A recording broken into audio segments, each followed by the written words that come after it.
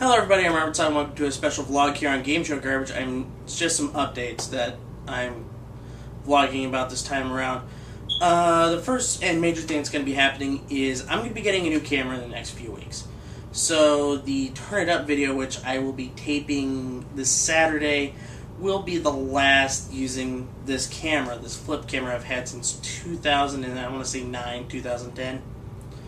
So that'll be the last video for 4x3. I'll be getting a new HD camera, which will allow me to shoot 16:9, and I'll be using that camera a whole lot more. So expect a lot more videos for Game Show Garbage, maybe a lot more of the traditional.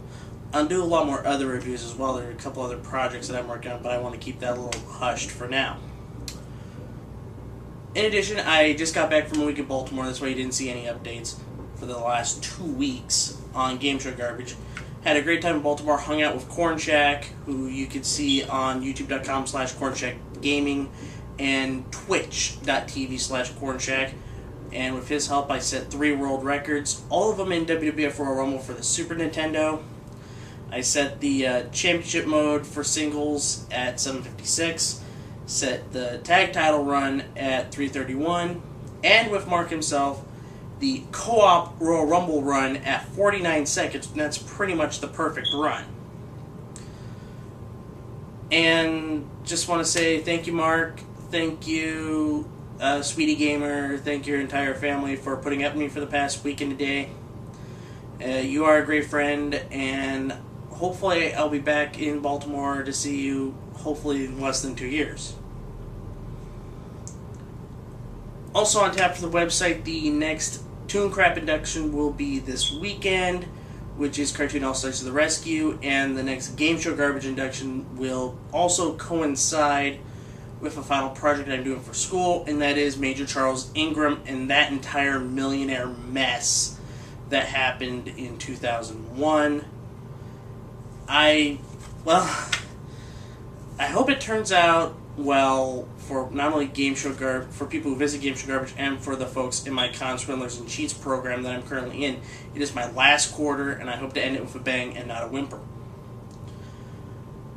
On Cornshaq's channel, he does a weekly wrap-up video. He hasn't posted it yet, but I did get some questions that were asked to me or mentioned me, and since I can't be there to answer them on his, he has allowed me to answer the ones that are asked to me or mentioned me through this little vlog, and I want to get to them right now.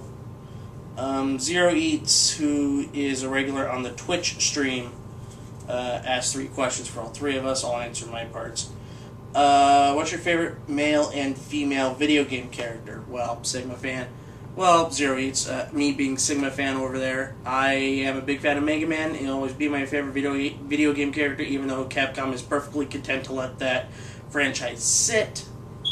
And I heard about the April Fool's thing that they did with a brand new beautiful version of Mega Man X that they had posted pictures of on their site, but it turned out to be one big April Fool's joke. So, F you, Capcom. No wonder you're going down the tubes. Secondly, it was the first video game series that I really ever got hooked to, because it was easy to pick up and play, well, at least for me. And I spent most of my days as an 8, 9, and 10-year-old when I had like Mega Man 2, Mega Man 6, playing those games a lot, and I remember beating 6 as my first Mega Man game that I actually did beat. Later on it was 2, then 3, then 4. I didn't get 1 and 5 till way later on while I was in high school. So there you go. As for a female video game character, I am going to say it's Samus Aran, because I'm a big fan of Metroid, and most of my gaming kind of peters out after the N64. It's the way it works when, well, you're more worried about putting food on the table than you are buying a new games console, especially in 1999-2000. He also asked, have you seen the Appleseed anime movies? I am not a big fan of anime. The only anime series I really ever got into was Teichi Muyo, so never seen any of the Appleseed animes. He also asked, what is your favorite game show ever, minus Whose Line Is It Anyway? That's the tough one, because I have a lot of favorites, and it's really hard for me to pick a number 1 favorite. It's usually a flop between Password Plus, Hollywood Squares, Price is Right.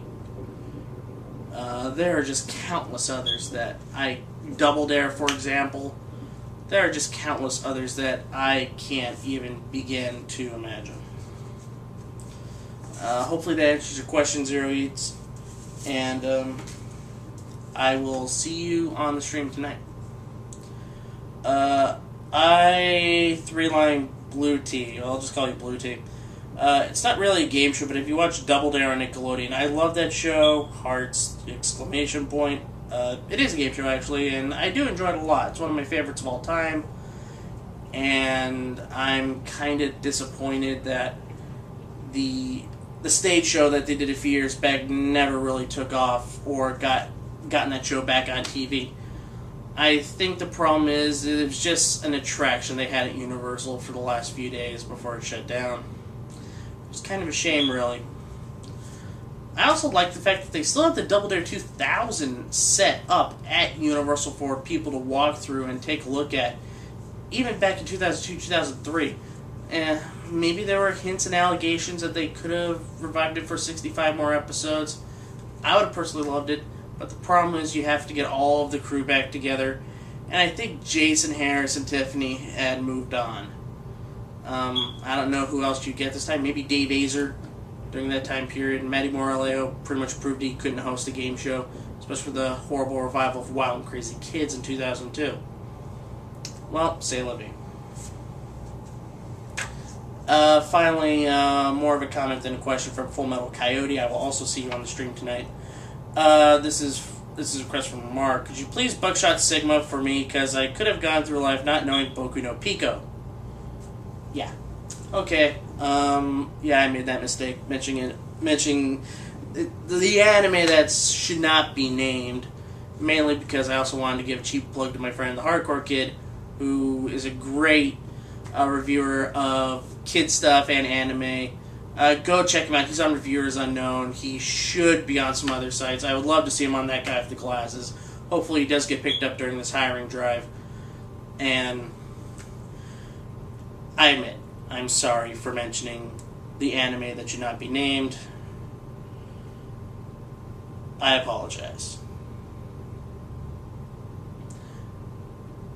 And now to move on, continuing on with some game show garbage, I do have the full schedules listed for May and June. I think also I'm listed for July. Actually, no, wait, I take that back. I don't have anything listed for July. I'm going to do 4 videos for July and August. These are tentative plans. Let's make that clear now. These are tentative plans. July is going to be the Summer of Hell. It's going to start the Summer of Hell. Kitchen. Summer of Hell's Kitchen.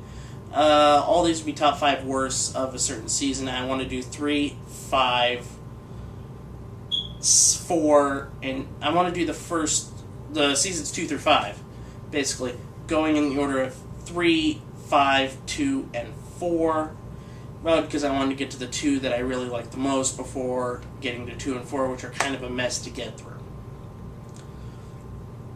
And now another statement that I'd like to make. Patrick Wayne Award will be expanding this year from 5 nominees to 6 nominees. Mainly because we got a lot of... There are some good game shows this year, but my God, is the 2013-2014 TV season not been that great for game shows. I mean, we're going to see the American Bible Challenge, and that's going to do well. Chase has been phenomenally well. I also liked the Revival Minute to win it. But the thing is coming up is we have all of these shows from Food Network and the NBC show, Million Second Quiz bombed and was terrible. And the Price is Right Plinko special was just one of the worst Price is Right episodes I've ever seen in my life. So, get your thoughts ready for the Patrick Wayne Awards for the nominations. Those start in June.